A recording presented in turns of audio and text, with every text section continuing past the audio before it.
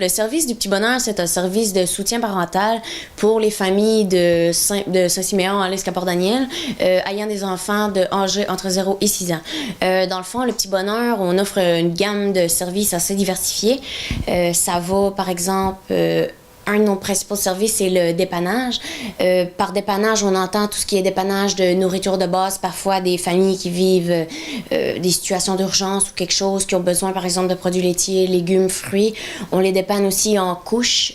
On dépanne aussi pour des produits d'hygiène pour les enfants. On fait aussi des dépannages vêtements environ 6 à 8 semaines. Ça, c'est vraiment des dons de la communauté, des dons des parents qui ont peu besoin de leur linge, qui viennent les amener ici. Puis on fait un genre de marché aux puces gratuit pour les parents du Petit Bonheur ou n'importe quel parent désireux de venir virer. On fait aussi de la location puis du prêt d'équipement. Ça, c'est-à-dire... on fait un contrat avec le parent, par exemple, pour une location. Ça peut être un prêt parfois gratuit ou à moindre coût. Des couchettes, des sièges d'auto, des parcs, des chaises autres, vraiment tout ce qui est d'équipement pour bébé. On fait des contrats de courte durée, par exemple, une grand-maman qui reçoit son petit enfant qui vit ailleurs pendant 2 semaines, ou ça peut aussi être des contrats de longue durée qui vont s'étaler plus sur 1 an, des choses comme ça. Aussi, on fait de la vérification des sièges d'auto. Je vous en parlerai un petit peu plus tantôt. Après ça, on fait du répit-gardiennage. Du répit-gardiennage, dans le fond, c'est nous, on travaille avec des bénévoles beaucoup. Ça, c'est des bénévoles qui se portent garant pour prendre soin d'un enfant. Par exemple, quand un parent est à bout de souffle ou des choses comme ça, on envoie un bénévole à domicile environ 3 heures semaine. Nombre de semaines en fonction du besoin du parent. Puis c'est ça, il prend soin de l'enfant pour que le parent puisse revenir plus reposé et apte à s'occuper de son enfant. On offre aussi des services d'accompagnement transport. Accompagnement transport, c'est-à-dire que ce soit des rendez-vous médicaux post ou prénataux pour les parents, que ce soit des rendez-vous sociaux sur référence ou médicaux avec des références du médecin.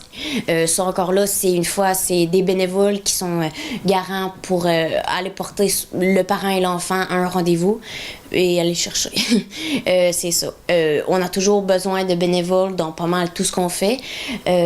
On est présentement aussi toujours à la recherche de bénévoles pour ce qui est accompagnement transport dans nos divers secteurs, c'est-à-dire entre Saint-Siméon et Port-Daniel. Aussi pour du répit-gardiennage et aussi on cherche toujours des bénévoles pour le nettoyage d'équipement. Quand on reçoit de l'équipement, on lave tout le temps avant de le reprêter aux parents. Ou pour nos dépannages vêtements, parfois ils viennent nous aider à trier pour accueillir les gens qui viennent.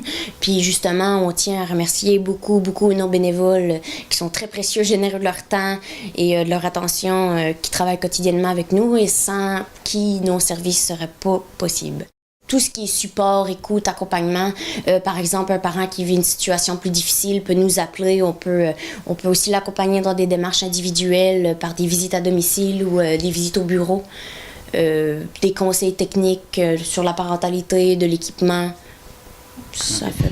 Puis s'il y en a qui sont intéressés à soit devenir bénévole ou à bénéficier du service, de quelle façon ils rentrent en contact avec vous? Oui, ben dans le fond, ils ont juste à appeler au Centre d'action bénévole.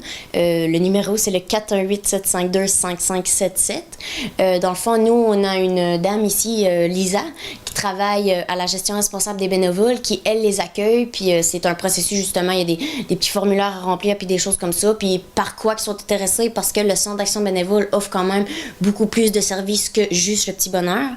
C'est ça. Et là, ils nomment à quoi ils sont intéressés. Puis tout dépendamment dans quoi, par exemple, si c'est l'accompagnement, ben là, c'est un peu plus... il y a quand même des procédures à suivre. Par exemple, là, le dossier de conduite va être demandé, puis des choses comme ça, pour s'assurer de la sécurité de nos bénéficiaires, bien évidemment. Puis là, tu vas nous expliquer un peu, en gros, la sécurité pour les sièges d'auto. Oui, ben juste pour répondre, les questions qu'on se fait poser plus fréquemment. Souvent, les parents vont nous demander, c'est quand qu'on retire le siège, la coquille, dans le fond, le siège Géronimo.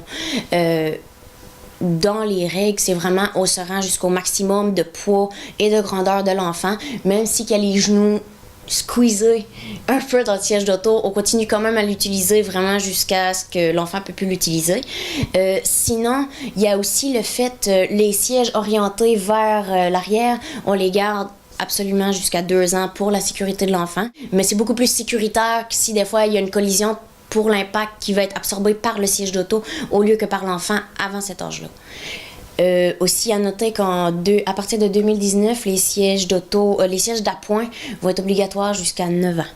Fait que c'est quand même un changement que les gens sont pas au courant, je crois.